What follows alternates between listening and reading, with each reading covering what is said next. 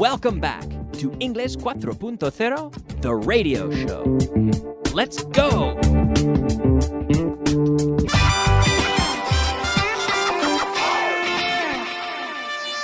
Intermediate. All right, welcome back, and welcome to Intermediate Class 40, 40, not 14, but 40, 40. Yes, here we are in Class 40 already.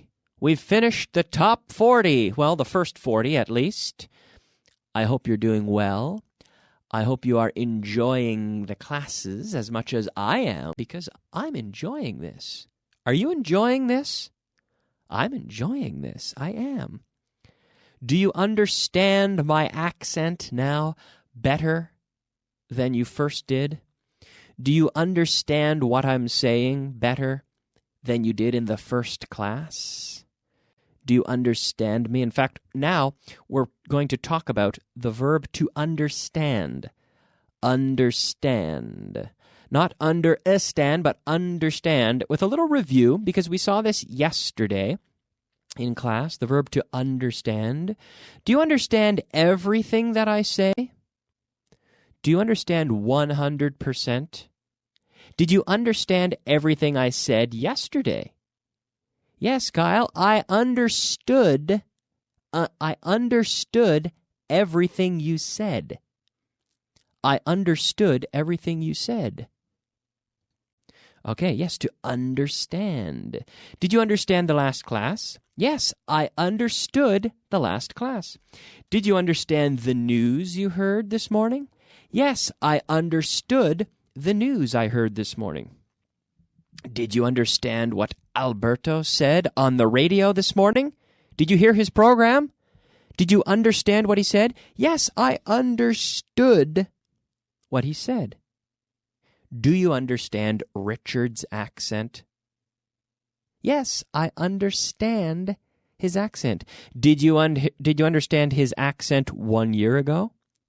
Yes, I understood his accent a year ago. Did you understand David's accent when you first heard him on the television? Did you understand David's accent?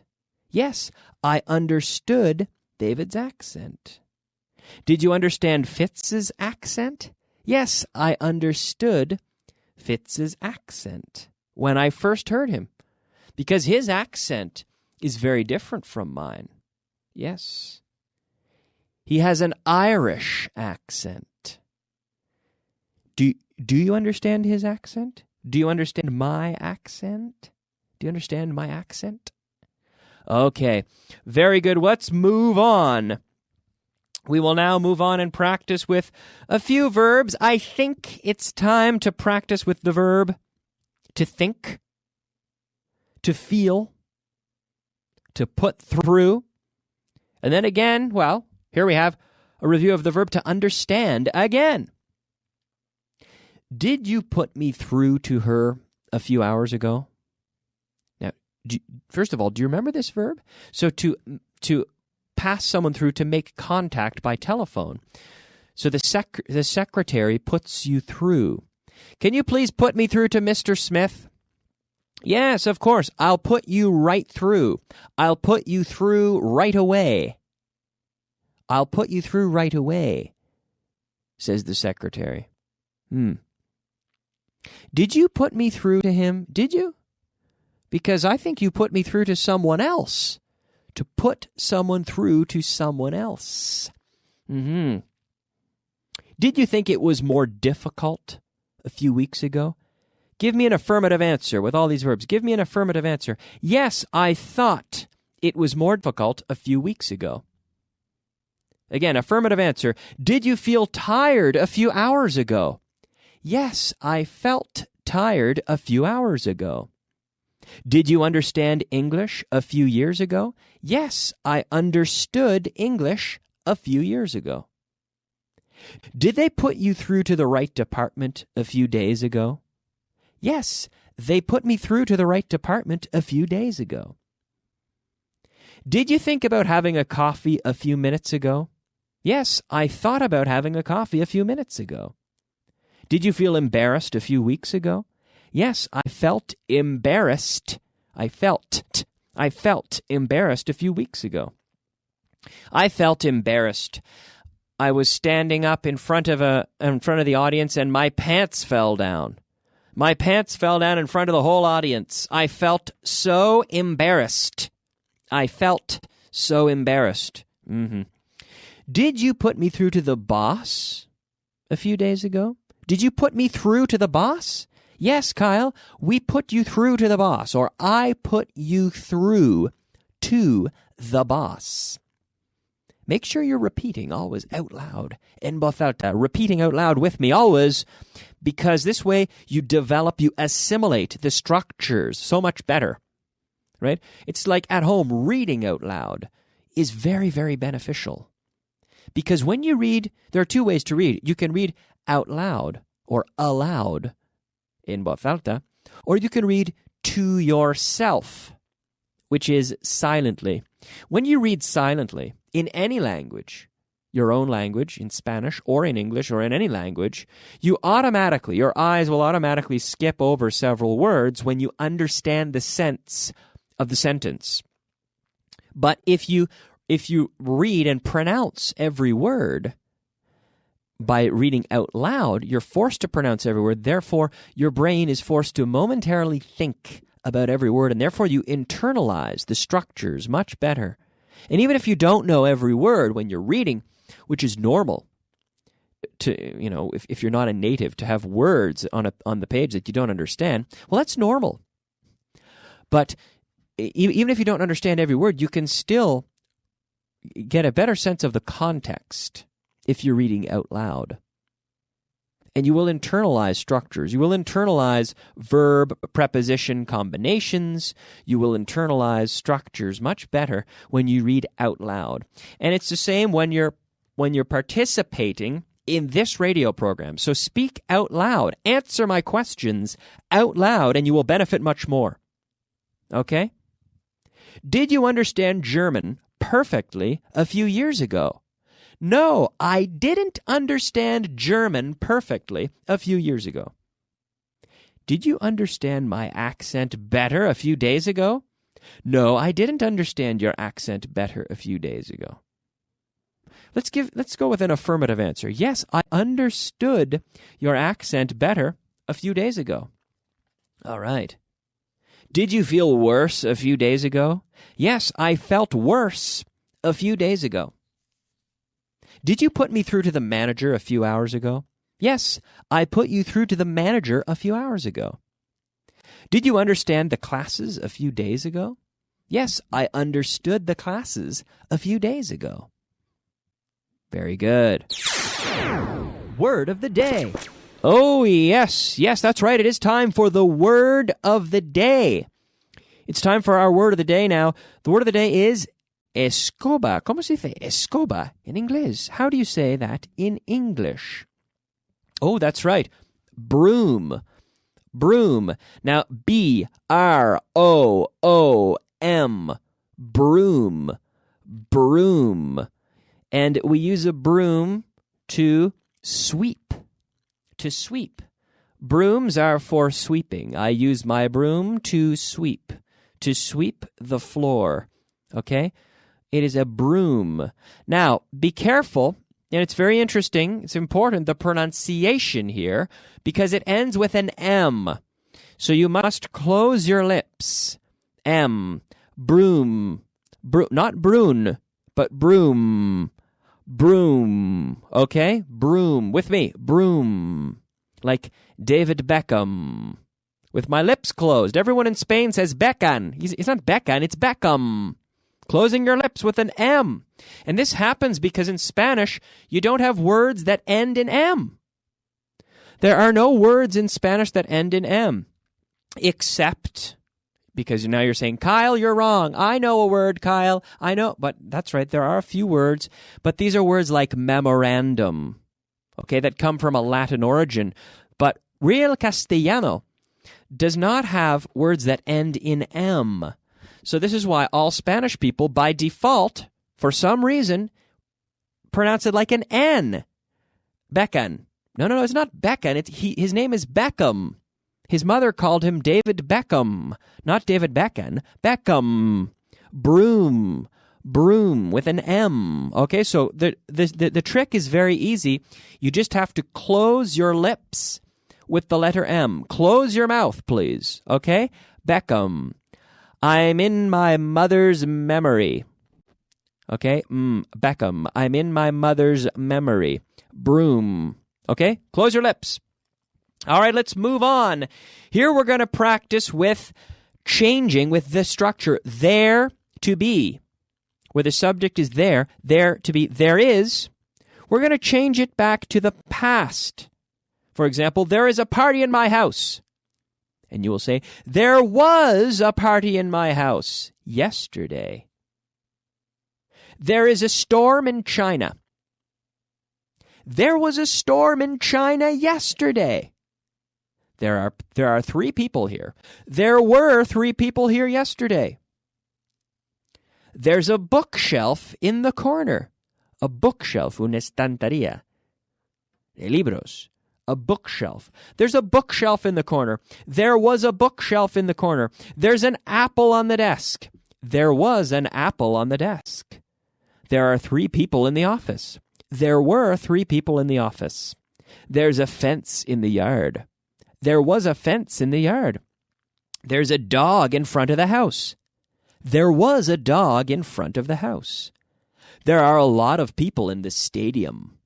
Stadium. Close your lips. There were, plural, there were a lot of people in the stadium. Very good. There is an earthquake in Lisbon. Terremoto. Earthquake. There is an earthquake in Lisbon. Lisbon, the capital of Portugal. Portugal, not Portugal. Portugal. Lisbon. Have you been to Lisbon, Portugal? Yes, I've been to Lisbon, Portugal. Lisbon. There's an earthquake in Lisbon.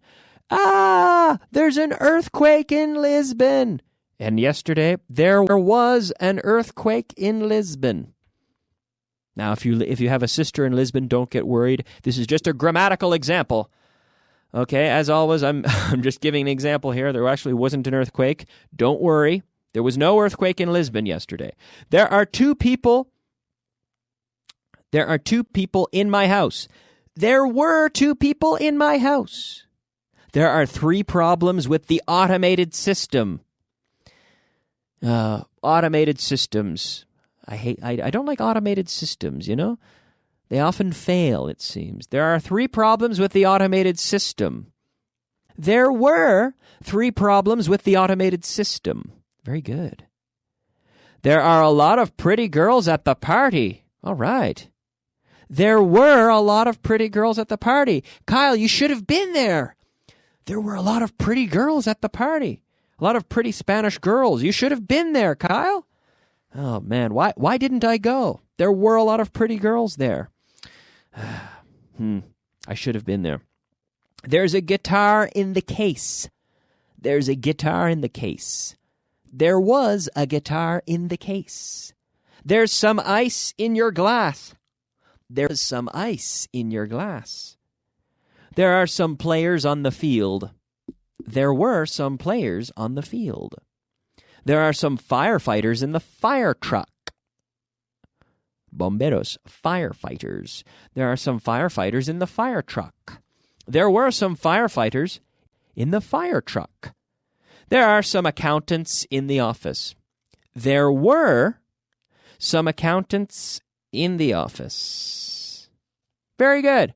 Piece of cake, right? Pan comido. Piece of cake. No problem. Good. It's time to move on. Vocabulary of the day.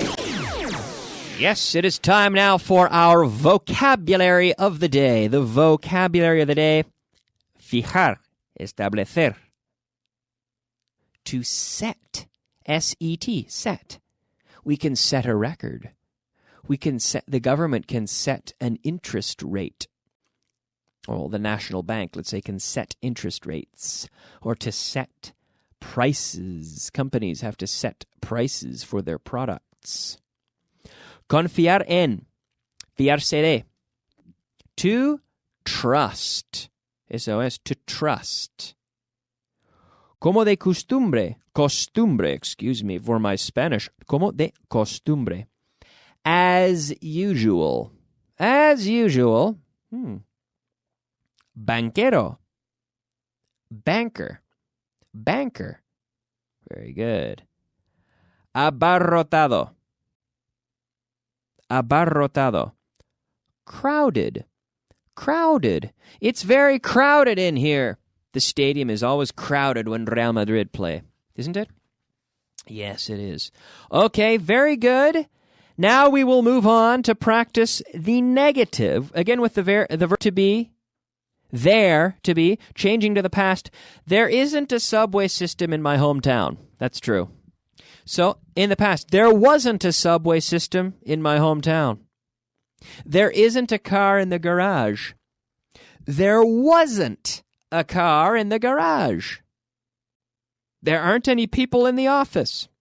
There weren't any people in the office. There isn't a fire in the fireplace. There wasn't a fire in the fireplace. There aren't any trucks on the highway. There weren't any trucks on the highway. There aren't any ice cubes in the glass. There weren't any ice cubes in the glass. There isn't any gasoline in the tank. There wasn't any gasoline in the tank. There isn't any cheese in the refrigerator. There wasn't any cheese in the refrigerator. There aren't any light bulbs in the drawer. There weren't any light bulbs in the drawer. Bombillas, light bulbs. Light bulbs. Bombillas. Bombillas de luz. There are many light bulbs in this studio. The room is very hot because the light bulbs heat up. They heat up and they make it hot. They make me hot. They make me sweat. I'm sweating in the studio right now because the light bulbs are so hot. They heat up the studio. It's true. They heat up the studio. There isn't any thread in the sewing machine.